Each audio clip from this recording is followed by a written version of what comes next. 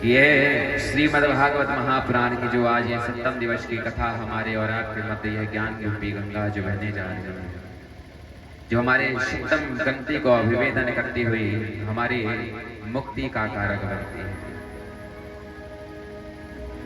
और कल बड़ा ही मधुर संवाद हम लोगों ने श्री गोवर्धन पर्वत की पूजन के उपरांत कीर्तन करते हुए और इंद्र की वह जो क्रोध कोप दुष्टता हुई और भगवान ने उसे स्वीकार करते हुए जल्दी उसके मोह भ्रम को नष्ट करके उसका कल्याण किया। लेकिन वह जो इंद्र की फुहारें जो आई थी वह बड़ी ही आनंदित थी। वह हमारे तन को जो स्पर्श करती थी तो ऐसा लग रहा था, वह ठंडी ठंडी सी हल्की सी महसूस जो करा रही थी, ऐसा लग रहा था कि तन तन से आज हमारे पाप नष्ट होते जा रहे हैं और मुक्ति की घड़ी हमारे पास। हम तो अपना बता रहे हैं, हमें जैसा महसूस आप लोग का कहें, क्योंकि इस मंच इस कथा के छत्र छाया के सनुरूप जो भी यहाँ विराजमान है, जो भी यहाँ पर विराजमान है, ऐसा एक भी व्यक्ति नहीं होगा जिसके वस्त्र छोड़िए बाल भी गीले हुए उस जल से। क्योंकि जहाँ यह अमृतमयी कथा, मैंने पहले भी कहा था कि यह कथा का स्वरूप कैसा है, न गंगा न गया काशी न पुष्करम न प्रयागकम। इस गंगा का स्वरूप, इसका महत्व न गंगा न गया न काशी न पुष्कर न प्रयाग, कोई भी इसकी तुलना नहीं कर सकता। ये सर्वश्रेष्ठ है। जहाँ श्रोता वक्ता एक घर हो जाते हैं ना, तो वहां पर गंगा स्वयं मुक्त होने के लिए आती है। ऐसी कथा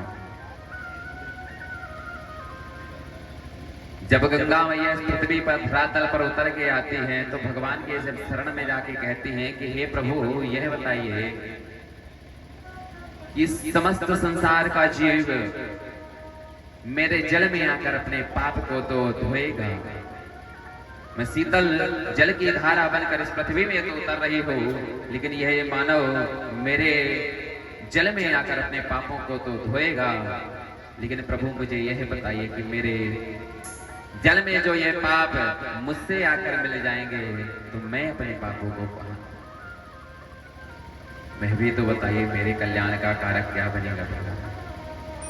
तो भगवान ने भी कहा कि हे गंगा, तुम चिंतित मत हो, मैंने सब व्यवस्था कर रखी है। अरे तू एक काम कर, सभी पापियों के पाप को एकत्रित करते जाना।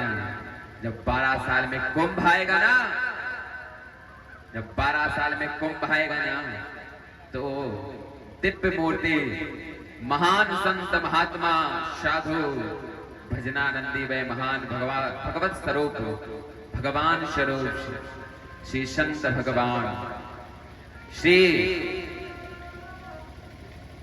नागा साधु अपने निशानों को लेकर के वहां खाड़ा लगा करके और शाही स्नान के रूप में तेरे स्नान करेंगे। जब वह तेरा स्पर्श करेंगे ना और तेरे इस जल में जब वो डुबकी लगाएंगे ना, तो तेरे इस जल में जितना भी पाप छूटा था वह सब धुल जाएगा, तू भी मुक्त हो, तो पुनः पवित्र हो जाएगा। अरे वो संत से कैसे, जिस वृंदावन धाम में मुक्ति भी मुक्त नहीं है, वहां कहते हैं कि मुक्ति कहे गोपाल से मेरी मुक्ति बताए, और पड़ी रहो या गैल में साधु संत चले जाए, तो उड़ उड़ रज मस्तक लगे सहज मुक्ति हो जाए। उन संतों के रज जब हे मुक्ति तेरे मस्तक में लग जाएगी ना, तो हे मुक्ति तेरी भी मुक्ति हो जाएगी। ऐसे ही भगवान ने गंगा को कहा, हे गंगा, जब वह संतगण का स्पर्श तेरे जल से होगा ना, तो तेरे समस्त पाप नष्ट हो जाएंगे। आज वही संत स्वरूप प्राचीन महर्षियों द्वारा संतों द्वारा रचित ग्रंथ ये श्रीमद्भागवत महापुराण ज्ञान गंगा, जो हमारे अज्ञान रूपी अंधकार को नष्ट करके हमारे जीवन में सदा सदा के लिए ज्ञान का प्रकाश प्रज्वलित कर देती है। जो सदा सर्वदा हमारे जीवन का कल्याण कर देती है। तो जब ऐसी पवित्र गंगा, यह ज्ञान गंगा हमारे और आपके इस मध्य में बह रही हो, वह गंगा रूपी जल स्वरूप में वह गंगा यमुना सरस्वती कैसे आकर के यहाँ पे अपना कल्याण नहीं करे। हमें विश्वास कि जल ये फुहारे तो मंद मंद भगवान का स्वागत करने के लिए आई है, लेकिन हमें विश्वास था कि जल गिरेगा नहीं। लेकिन धन्य है आप सभी श्रोता कि आप सभी को भी विश्वास था कि यहाँ जल गिरेगा नहीं। सभी ने अपने आसन को धारण रखा और आसन किसी ने छोड़ा नहीं। आप सभी भी धन्य हैं। हमें तो इसलिए विश्वास था कि हम जानते हैं कि जब अनुष्ठान पूर्ण होता है तो जल गिरने की संभावना होती है। और कल तो षष्ठम दिवस था, आज है सप्तम दिवस। आज जब यह पूर्ण हो जाएगा तो संभावना बन सकती है। लेकिन हम फिर भी प्रार्थना भगवान से करेंगे ऐसा ना हो कि कोई भी इससे, क्योंकि ये जो अभी सीजन चल रहा है, सभी की मेहनत का फल उन्हें जितना किया है उससे 2 से 3 गुना, हम तो भगवत जी से प्रार्थना करें कि मेहनत का कई गुना फल उन्हें प्राप्त होगा। तो ऐसे वांग्मय स्वरूपा श्रीमद् भागवत महापुराण